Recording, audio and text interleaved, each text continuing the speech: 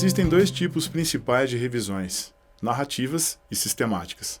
Revisões narrativas não utilizam metodologia definida para seu desenvolvimento, ficando a cargo dos autores a identificação e seleção de estudos, sua análise e interpretação.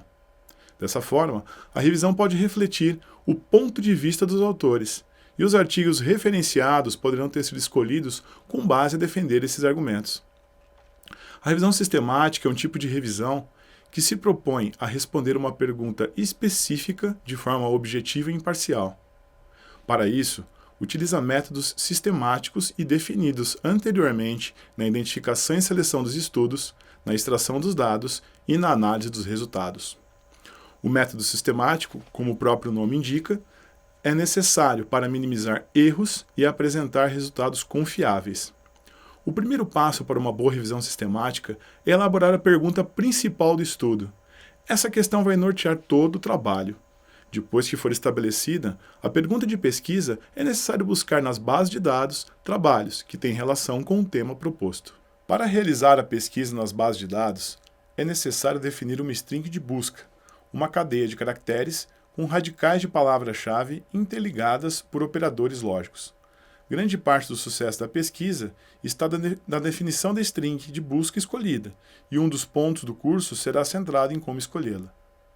Após realizar a pesquisa nas bases de dados, uma boa quantidade de artigos retornará para análise.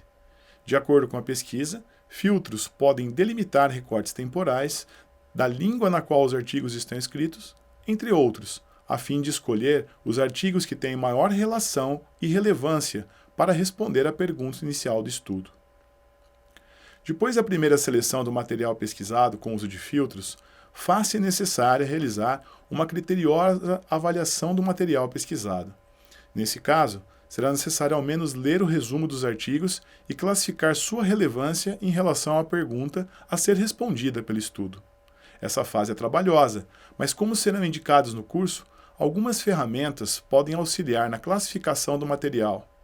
É necessário excluir todos os estudos que não são adequados ou que são considerados fracos ou pobres de conteúdo, que comprometeriam a credibilidade da pesquisa.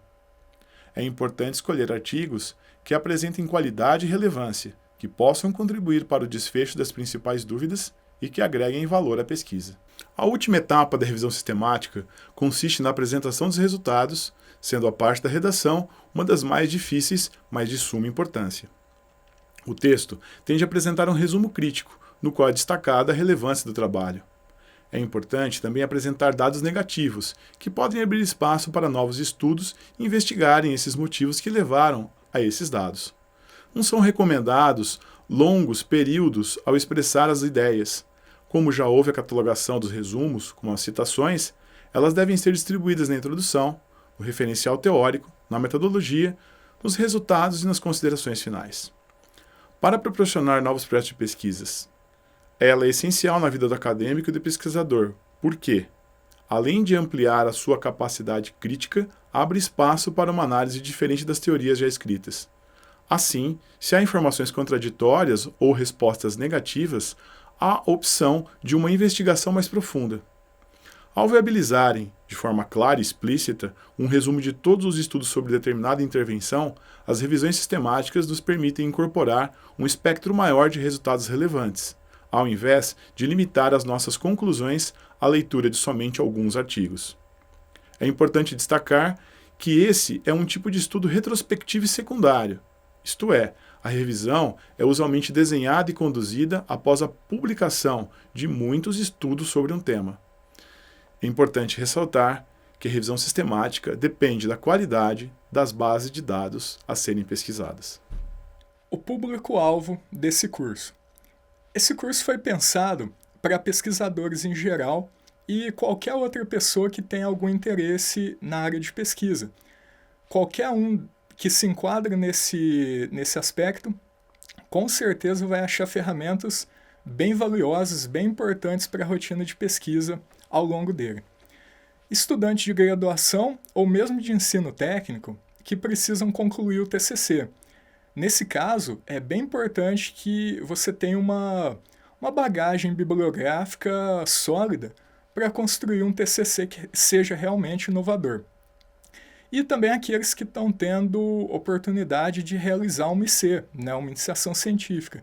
Nesse caso, a revisão sistemática vai dar todas as ferramentas para dar aquele empurrãozinho e fazer o estudante entender qual é essa área, como é essa área que ele está entrando, né? O que tem de mais sofisticado, qual que é o tema que está sendo falado no momento. E aí, alunos que cursam ou pretendem cursar uma pós-graduação. No caso dos que cursam, já é meio que um pré-requisito em vários departamentos que se realize uma RBS nos primeiros semestres, seja do mestrado, seja do doutorado. E aqueles que pretendem cursar, nossa, é uma mão na roda você já chegar para a sua entrevista com o orientador ou se propor a estudar algum tema, já sabendo o que se tem de mais sofisticado dentro daquilo, certo? E professores em geral. O objetivo de uma RBS não se limita a gerar um artigo no final, apesar dessa ser uma possibilidade. A RBS ela tem como foco gerar um conhecimento para o pesquisador que se propõe a fazê-lo, né?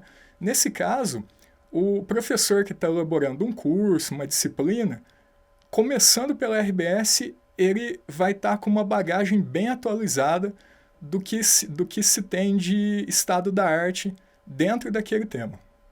O material necessário para acompanhar as aulas aqui.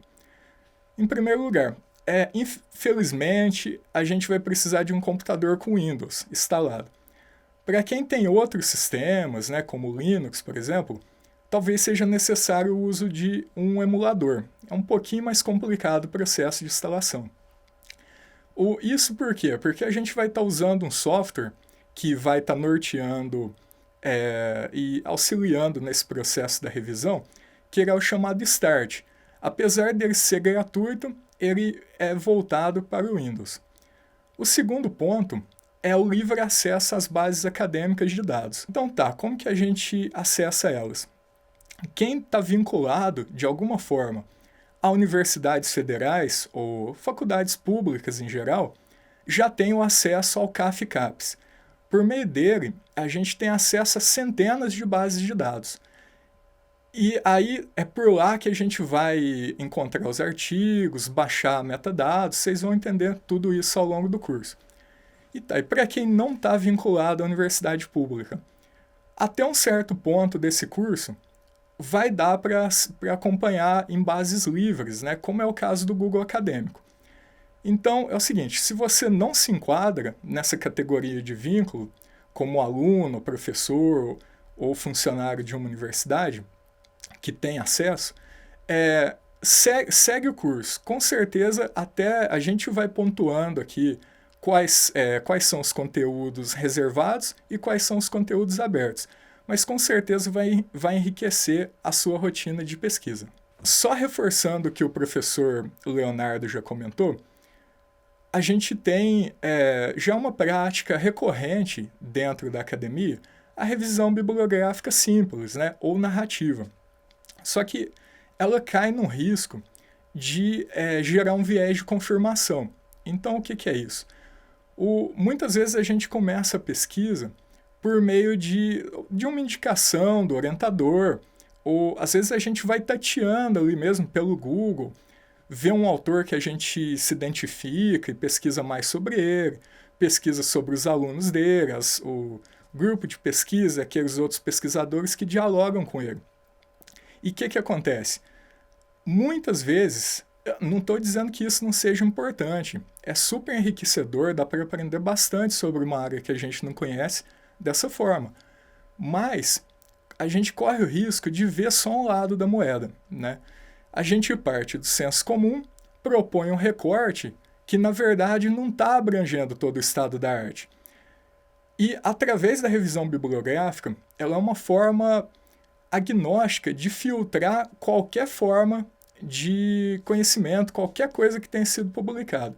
Independente de citação, independente de ser um pesquisador do outro lado do mundo, que ninguém conhece, se ele publicou algo que vai ser válido para a sua pesquisa, ele vai ser encontrado pela busca. A respeito do estado da arte, para quem não está familiarizado com o tema, ele é um nível mais alto de desenvolvimento dentro de uma área num determinado período de tempo, né? Então, como está ali no slide, é uma obra-prima transitória de uma área. Essa imagem aí dessa máquina voadora da Renascença não está aí por acaso.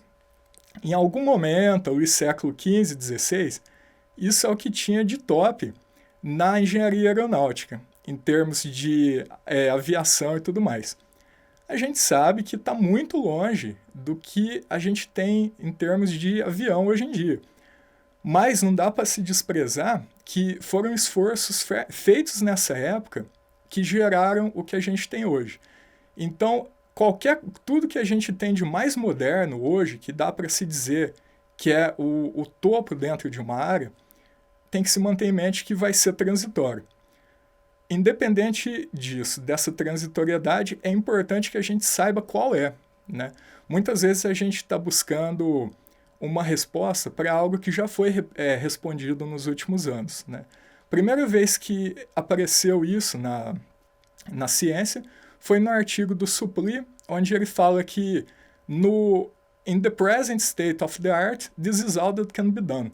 Então, é um limite, né, que a ciência desenha, né, e que cada pesquisador vai botando um tijolinho e vai construindo essa ciência junto. Então, quando vocês ouvirem sobre o estado da arte, é disso que a gente está falando. E a revisão sistemática busca identificar aonde que está esse ponto. Outra coisa interessante em relação à revisão bibliográfica é que ela é ótima para detectar a bela adormecida, ou Sleeping Beauty, né, como vocês vão encontrar em inglês. O conceito de bela adormecida são aqueles artigos que eles não se conectaram, né, aos contemporâneos na data de publicação. Então, por exemplo, o grafeno, né, e os estudos por trás da síntese e trabalho com ele, data desde 1958. E ele foi redescoberto, não que essa pesquisa morreu, mas muito da base foi redescoberta em 2007, com a busca por celular com tela flexível e outros tipos de dispositivos móveis, né? Surgiu essa necessidade em ressuscitar esse artigo lá, né, do século passado, né, da metade do século passado. Mesma coisa com células solares. Em 1961 foram feitos grandes progressos na área, mas só em 2000, com o encarecimento de vários tipos de combustível, com a busca por alternativas mais sustentáveis, que o pessoal desenterrou isso. Então, é muito difícil, numa busca normal, pelo Google ou por outros meios, se esbarrar nesse tipo de artigo, que às vezes é uma joia que está lá esperando para ser encontrada. Então tá, a revisão sistemática ela passa por alguns protocolos. A gente vai entrar nisso ao longo do curso.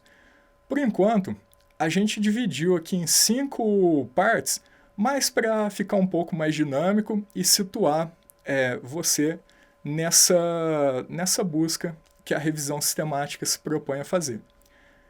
Primeira coisa, a gente encontra um tema, que isso daí acredito que seja comum à maioria das pessoas. A partir do momento que a gente detecta um vácuo ou uma falha na literatura, é um ótimo indício que ali talvez tenha um tema. Se algum assunto te gera uma inquietação, ou algo parece fora do lugar, ou daria para ser feito de outra forma, talvez isso também te motive a seguir com esse tema de pesquisa.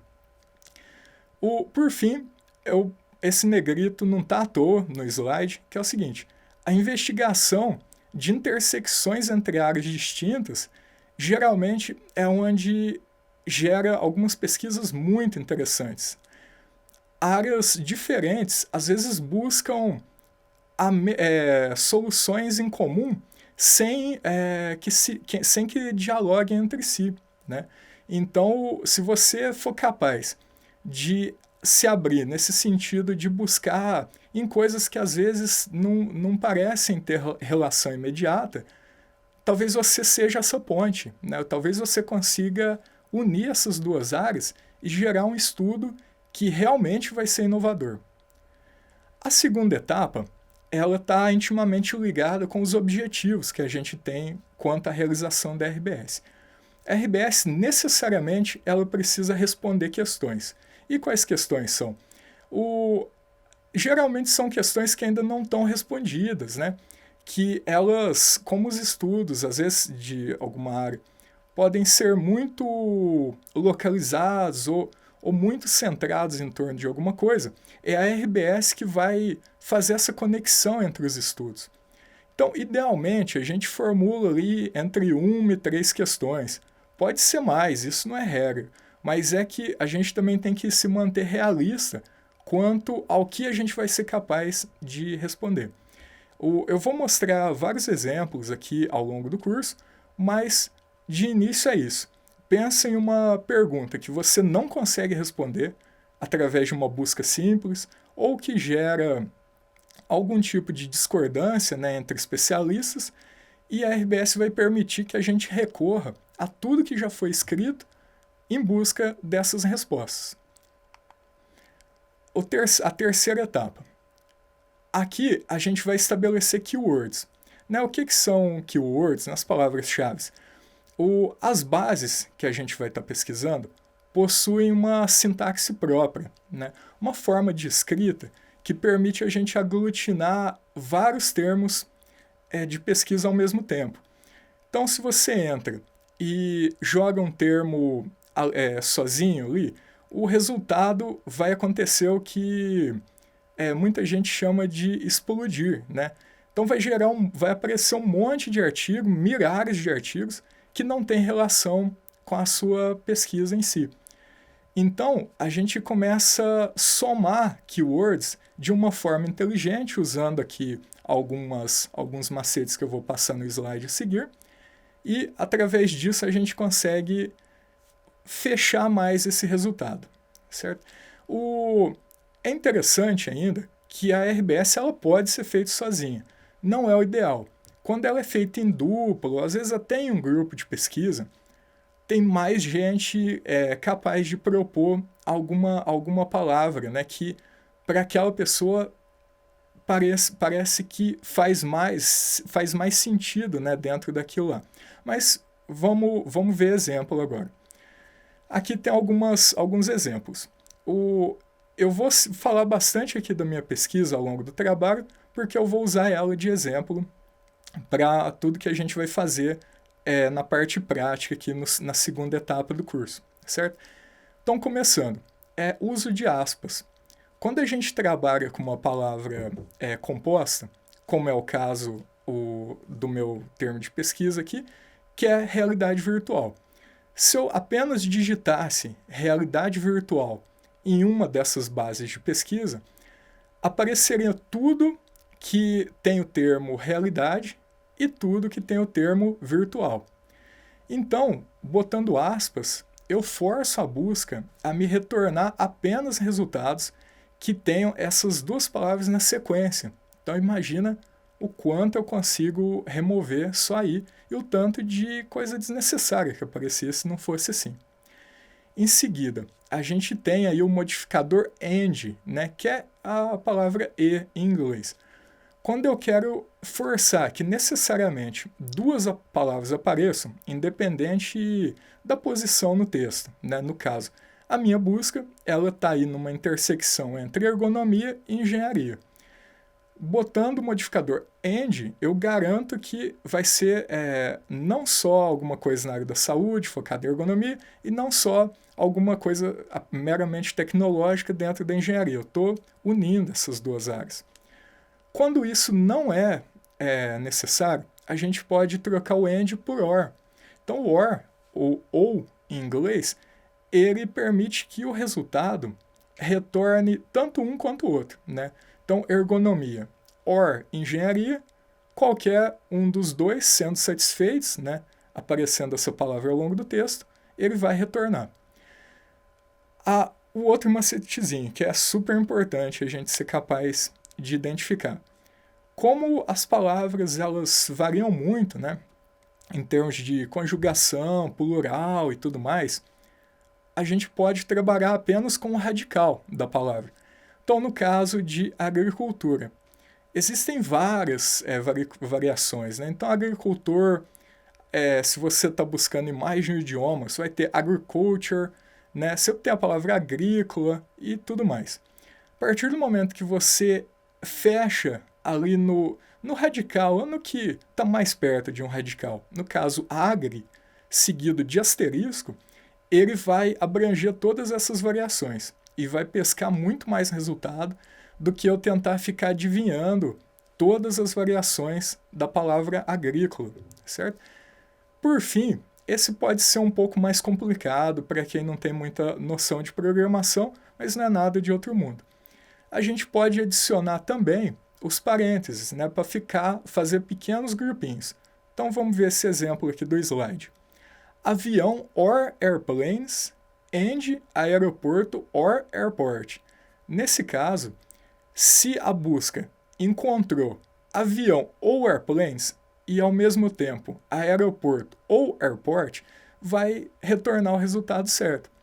Então, nesse caso, eu teria que fazer uma linha muito grande de termos, certo?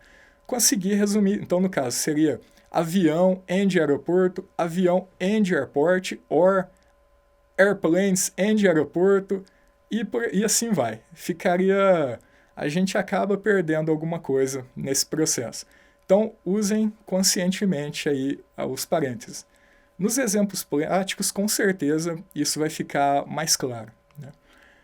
Seguindo aqui essas etapas, na quarta, a gente tem que definir critérios. Quando a gente estiver ali nas bases, a gente vai focar bastante nesses critérios. Mas é o seguinte, primeira coisa, quais bases a gente vai usar e quais os idiomas que a gente vai abranger?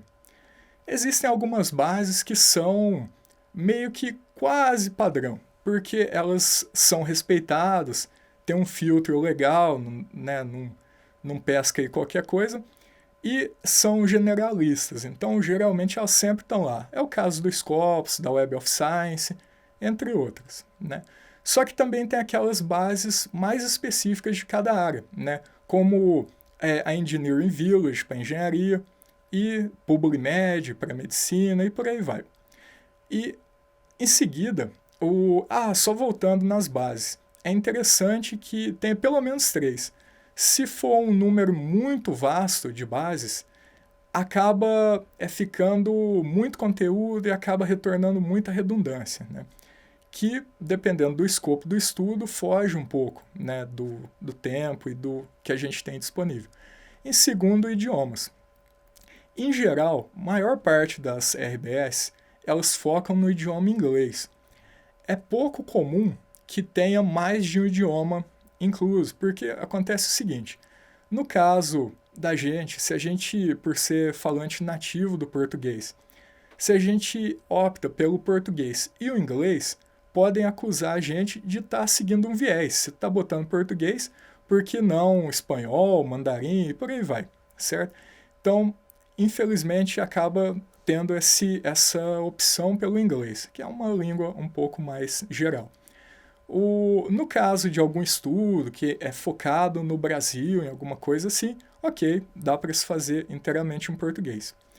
E seguindo quanto aos fatores. Existem alguns fatores que são próprios de algumas áreas, né, que às vezes pesa menos para outras. Mas em geral, por exemplo, um estudo com menos de 5 páginas, geralmente é um resumo, poucos apresentam resultados. Nesse caso, são excluídos estudos pequenos, né? É um exemplo de fator de exclusão. Quanto a fator de inclusão, de repente, se ele atende o idioma que você está buscando, se o tema dele, se o resumo dele corresponde ao que você está buscando e por aí. A gente vai ver vários aqui. E a delimitação, né, que pode ser por ano, por tipo de documento, por área. Então, se é uma pesquisa que está buscando uma tecnologia bem recente, não tem por que eu botar a busca para me retornar resultados desde os anos 70. Você foca no tempo de existência daquela tecnologia. Quanto aos tipos de documento, em geral, se você precisa de resultados, você vai focar em artigo. Se é uma busca mais ampla, mais focada em opinião de autor, você pode incluir capítulos de livro, e a área é importante, né? Então, se você restringe ou abre a área, você vai ter resultado diferente. Isso vai depender do que você está perguntando ali em cima. E, por fim, é a síntese, né? Ao longo desse curso, a gente vai levar até o fim, até o desenvolvimento e escrita do artigo. Nesse caso, como o professor Leonardo já comentou na apresentação, todos esses estudos que a gente está reunindo, eles vão ser aglutinados, né, na forma do texto, as questões vão ser respondidas e a gente idealmente vai demonstrar isso através de tabelas e gráficos e tudo mais. Então, só encerrando essa primeira parte, o que é mais importante, o que vai trazer de mais ganho do uso dessa técnica da RBS é a capacidade de encarar uma busca que retorna milhares de artigos, né, milhares de textos, e ao longo de cada etapa aqui que a gente vai passar a seguir, ser capaz de filtrar para uma quantidade possível de ser lida na íntegra, né, uma quantidade que vai refletir esse todo, certo? Então, espero que vocês gostem das próximas etapas. Obrigado por ficar comigo até aqui. E é isso daí. Até o próximo módulo.